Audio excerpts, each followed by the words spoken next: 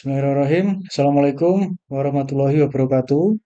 Perkenalkan, nama saya Abdul Hakim, nomor induk mahasiswa 052153251 dari Prodi S1 Sistem Informasi UT Semarang. Di sini saya akan mengerjakan tugas 3 dari program studi analisis dan visualisasi data. Di mana dalam tugas ini ada sebuah perintah yang sudah saya kemas dalam rangkuman di sini. Langsung kita baca, yaitu gunakan informasi berikut untuk menjawab pertanyaan dataset. Ini filenya berada pada Google Drive yang nanti akan kita gunakan sebagai raw datanya.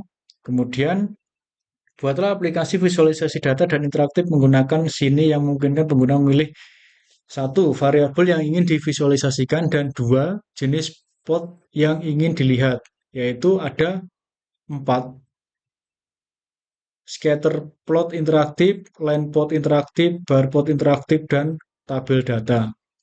Kemudian di perintah terakhir, tuliskan laporan hasil kerja kalian dalam format PDF. Kemudian juga wajib ada coding R yang dibuat. Di sini juga selain nanti saya akan menjalankan demo coding R dengan aplikasi, saya juga akan melampirkan laporan hasil kerja atau tugas yang saat ini saya tampilkan.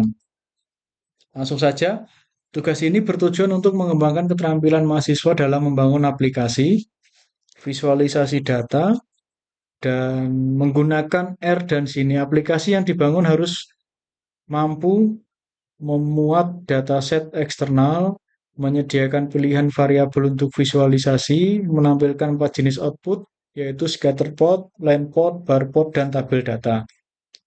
Kemudian langkah-langkah pengerjaannya sudah saya rangkum. Yang pertama, saya akan membuka aplikasinya, yaitu saya memakai RStudio versi terbaru tahun 2025. Nah, sini sudah tertampilkan. Instalasi paket ini akan saya jalankan satu kali. Maksudnya gimana? Maksudnya jadi keempat paket ini akan saya sekali menjalankan perintahnya.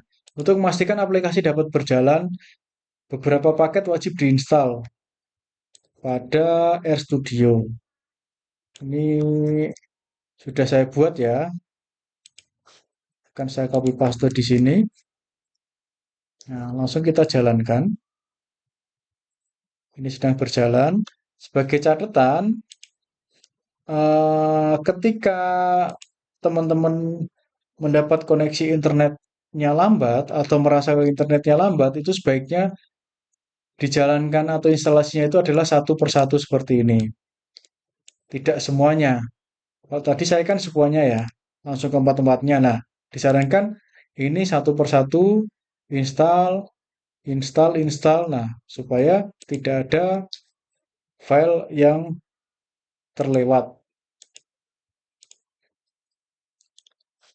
Ini, nah, ini sudah terinstall semua. Setelah itu, setelah kita install, kita perlu memanggil library-nya tadi. Jadi setiap paket yang diinstal harus wajib kita panggil library-nya agar fungsinya aktif.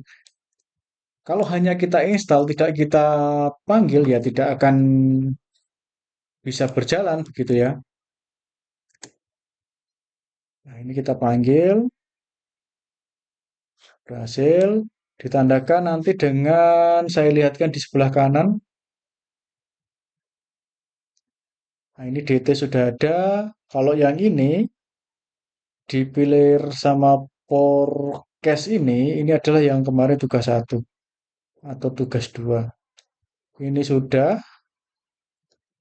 ini juga sudah. Oh, ini tadi tugas yang kita ya, yang ini yang tugas 3 ini sudah juga, udah lengkap di sini. Nah, seperti ini. Setelah itu, oh ya di sini juga ada catatan. Jangan pernah menggunakan fungsi seperti fluidpacks atau read CSV sebelum memanggil library dan library sini dan library read terlebih dahulu. Kemudian langkah berikutnya membuat dataset. Dataset ini yang tadi saya sudah bicarakan di Google Drive ya. Ini saya buat link seperti ini, nanti bisa di-download dan saya sudah mendownloadnya. Kemudian simpan dengan nama data.csv. CSV ini adalah format datanya. Lalu jalankan. Nah, ini datanya ya, yang tadi sudah saya download seperti ini. Ini sudah saya download, sudah saya tulis dengan data. Kemudian setelah itu kita jalankan. Nah, di sini sudah bisa berjalan, ditandakan dengan tampilan seperti ini. Nah, ini menandakan, oh ini sudah sesuai nih. Nah, seperti ini yang tadi, data yang dari Google Drive tadi. Kemudian di sini pastikan path sesuai dengan lokasi penyimpanan. Maksudnya, tadi hasil yang downloadannya tadi, pastikan itu sesuai dengan lokasinya. Di sini tertampilkan ya. Nah, ini tersimpan data read.csv itu saya simpan dalam data C di user, Vero, download, dan data.csv. Ini data berhasil dibaca. Setelah itu, membangun aplikasi sini. Ini ada dua bagian. Yang pertama bagian UI atau User Interface. Kita jalankan. Enter. Kita minimize dulu ya. Nah, di sini kita pastikan dulu variabel X, Y, jenis visualisasi, scatterplot, line plot, bar plot, tabel data ini sudah ada. Kemudian di bagian B yaitu bagian server logika aplikasi ini kita atau saya jalankan juga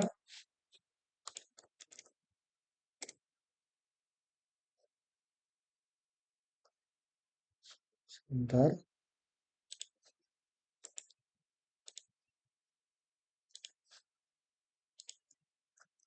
Nah, ini kita cek dulu. Di sini sudah ada scatter plot, line plot, bar plot, dan terakhir adalah tabel. Setelah berhasil, kita akan menjalankan aplikasinya dengan perintah ini.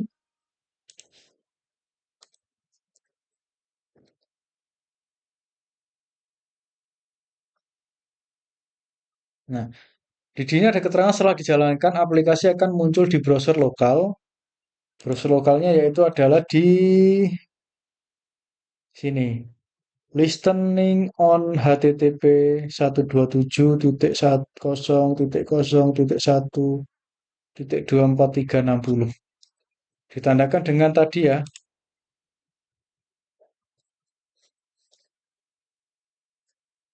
Ini kita bisa copy paste aja. Atau bisa tadi otomatis sebenarnya. Ini tadi sempat terminimis. Nah, seperti ini.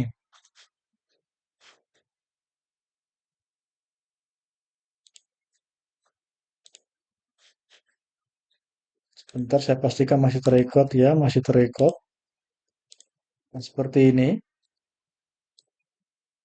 Nah, ini sudah bisa berjalan ya, sudah bisa kita jalankan. Nah, scatter plot seperti ini. Kemudian line plot. Nah, seperti ini. Saya aplikasikannya secara random ya. Maksudnya sebagai sampling aja begitu. Nah, seperti ini. Ini juga. Jadi macam-macam sangat banyak sekali yang kita bisa olah dari data di raw data yang tadi. Kemudian bar plot. Barcode, nah seperti ini. Nah, gini, seperti ini. Kemudian yang terakhir adalah tabel data. Nah, ini itu berbentuk angka atau nilai.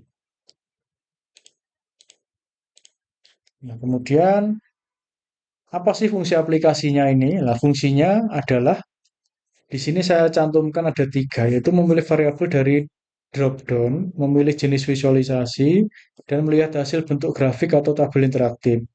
Jadi, ini sangat membantu atau sangat berguna dalam proses eksplorasi data.